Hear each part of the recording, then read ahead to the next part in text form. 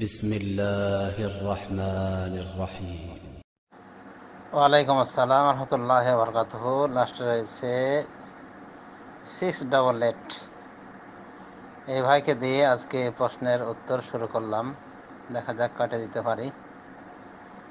তো ভাই, আপনি ফারাইজ সম্পর্কে জানতে চেয়েছেন, অর্থাৎ মৃত ব্যক্তির মিরাজ সম্পর্কে জানতে গিয়ে আপনি বলেছেন যে 8 ভাই এবং 3 বোন থাকলে তারা কিভাবে ফারাইজ বন্টন করে পাবে, মানে তাদের কার কি অংশ রয়েছে মিরাসে। ভাই, ফারায়েজের বিষয়ে আমাদের জেনে রাখা উচিত যে ফারায়েজ বিষয়টা আসলে জটিল এবং অত্যন্ত সুকঠিন। এই জন্য আমরা লক্ষ্য করে দেখি যে ফারায়েজ প্রশ্নের উত্তর দিতে অনেকে হিমশিম খায়, অনেক আলেম ওলামা দিতে চান না, অনেক সতর্কতা অবলম্বন করেন। অনেকে বলেন যে আমরা দিতে পারবো না, অন্য আলেমদের নিকটে যান। তো ফারায়েজের বিষয়টা আসলেই কঠিন। তারপরে আরও কঠিন হয়ে যায় যখন প্রশ্নকারী উত্তরটা সঠিকভাবে না চাইতে জানে, প্রশ্ন কথা যখন না জানে। তো এখানে যে প্রশ্ন এসেছে যে 8 ভাই 3 বোন তারা কত পাবে, তা 8 ভাই 3 বোন কার, আপনার না মৃত ব্যক্তির? এই জন্য ফারাইজ বিষয়ে আমি একাধিকবার বলেছি যে সব সময় মৃত ব্যক্তির দিকে সম্পর্কিত করে বলবেন আত্মীয় স্বজন, যে অমুক লোক মারা গিয়েছে, রেখে গিয়েছে এত ছেলে এত মেয়ে এত ভাই এত বোন, ওই মৃত ব্যক্তির দিকে সম্পর্ক করে বলতে হবে, আপনার সাথে সম্পর্কের কথা বলবেন না। এখন আমি কি বলবো যে 8 ভাই 3 বোন কত করে ভাগ পাবে, কিসের সম্পদে ভাগ পাবে, কার কার 8 ভাই 3 বোন? যদি এমন হয় যে আপনার 8 ভাই 3 বোন দুনিয়াতে বেঁচে রয়েছেন, তাহলে আপনাদের কত ভাগ, মানে বাপের সম্পত্তিতে। আবার যদি এমন হয় যে কোনো লোক মারা গিয়েছে, 8 ভাই 3 বোন রেখে গিয়েছে, এমনও তো হতে পারে। তো যা হোক, আমি উভয় সম্ভাবনার উপরে উত্তর দিচ্ছি। আগেই বলেছি যে ফারাজের বিষয়টি জটিল, এবং যদি ফারাজের ক্ষেত্রে মৃত ব্যক্তির আত্মীয় স্বজন ভালোভাবে তুলে না ধরা হয়, তাহলে ফারাইজ উল্টাপাল্টা হয়ে যায়।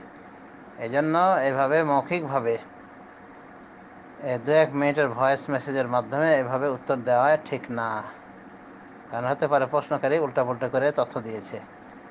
তো ভুল তথ্যের জন্য প্রশ্নকারী দায়ী থাকবে। তো এখন আমি বলছি যে 8 ভাই 3 বোন যদি হয়, তারা এরকম যে কোনো এক লোক মারা গিয়েছে সন্তান রেখে, এবং সন্তানদের সম্পর্ক হলো এই 8 ভাই 3 বোন।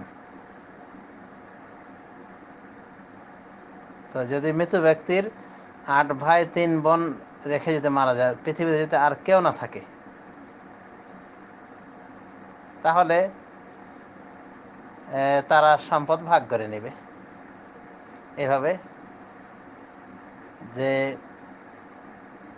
ছেলে পাবে মেয়ের ডবল, অর্থাৎ ভাই পাবে বোনের ডবল, এভাবে তারা ভাগ করে নেবে। যদি মৃত ব্যক্তি নিজের ভাই বোন এভাবে রেখে যায়, 8 ভাই 3 বোন, আর নিজের কোনো ছেলে মেয়ে নাই, আর যদি এমন হয় যে মৃত ব্যক্তি মারা গিয়েছে, রেখে গিয়েছে 8 ছেলে 3 মেয়ে, আর কেউ নাই, তাহলে আগের মতোই হিসাব হবে, ওরা ভাগাভাগি করে নেবে, ছেলে পাবে মেয়ের ডবল। লিযযাকারি মিসলু হায্যিল উনসায়াইন, আল্লাহ বলছেন ইউসিকুমুল্লাহু ফি আওলাদিকুম লিযযাকারি মিসলু হায্যিল উনসায়াইন। আল্লাহ তোমাদের সন্তান সন্ততির ব্যাপারে চূড়ান্ত নির্দেশ দিচ্ছেন,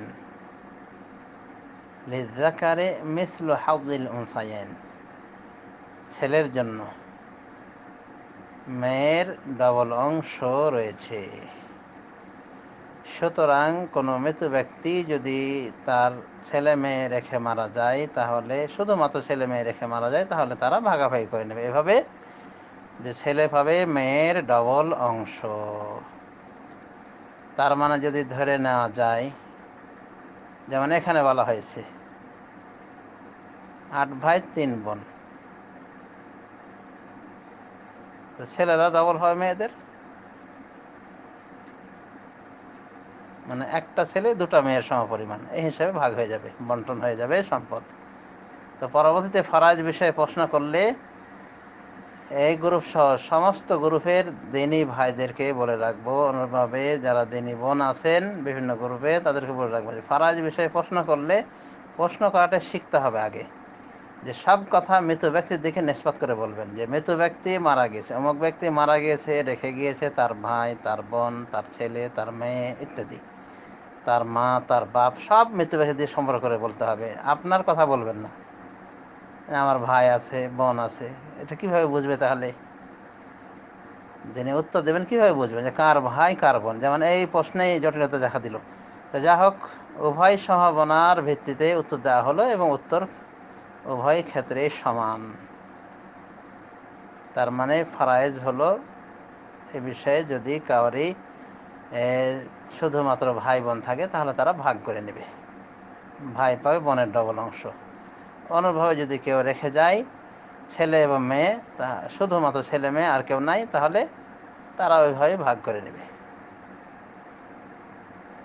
ছেলে পাবে মেয়ের ডবল অংশ। আশা করি বুঝতে পারছেন।